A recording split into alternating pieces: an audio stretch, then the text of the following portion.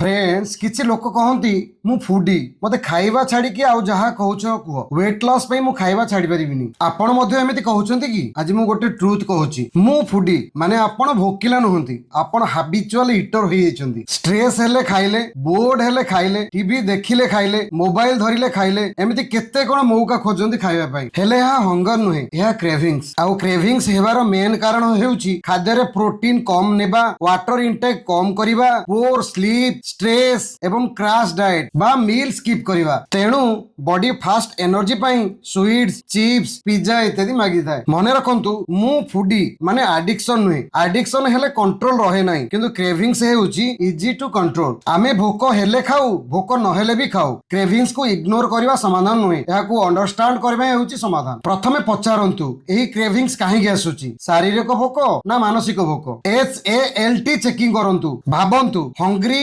आंग्री lonely ना tired अनेक समय रे क्रेविंग्स एही चारोटी मूल कारण जोगु आसी थाए एथि पई हेल्दी ऑप्शन को बाछंतु माइंडफुली डिले करंतु मु एबे खाइबिनी 15 मिनिट अपेक्षा करिवि एहा भाबंतु अनेक समय रे एही समय मध्ये रे क्रेविंग्स उभे जाई थाए क्रेविंग्स को कंट्रोल करिवार स्किल सिखंतु क्रेविंग्स कंट्रोल पई पांचोटी पॉइंट ऊपर फोकस करंतु number 1 balanced meal protein fibre healthy fat good carbs आपनको ईच एंड एवरी मील रे रहबा दरकार number 2 adequate water intake number 3 7 to 8 hour quality sleep number 4 fixed eating time and number 5 is stress control walking breathing music listening इत्यादि करी आपण stress control करि परिबे।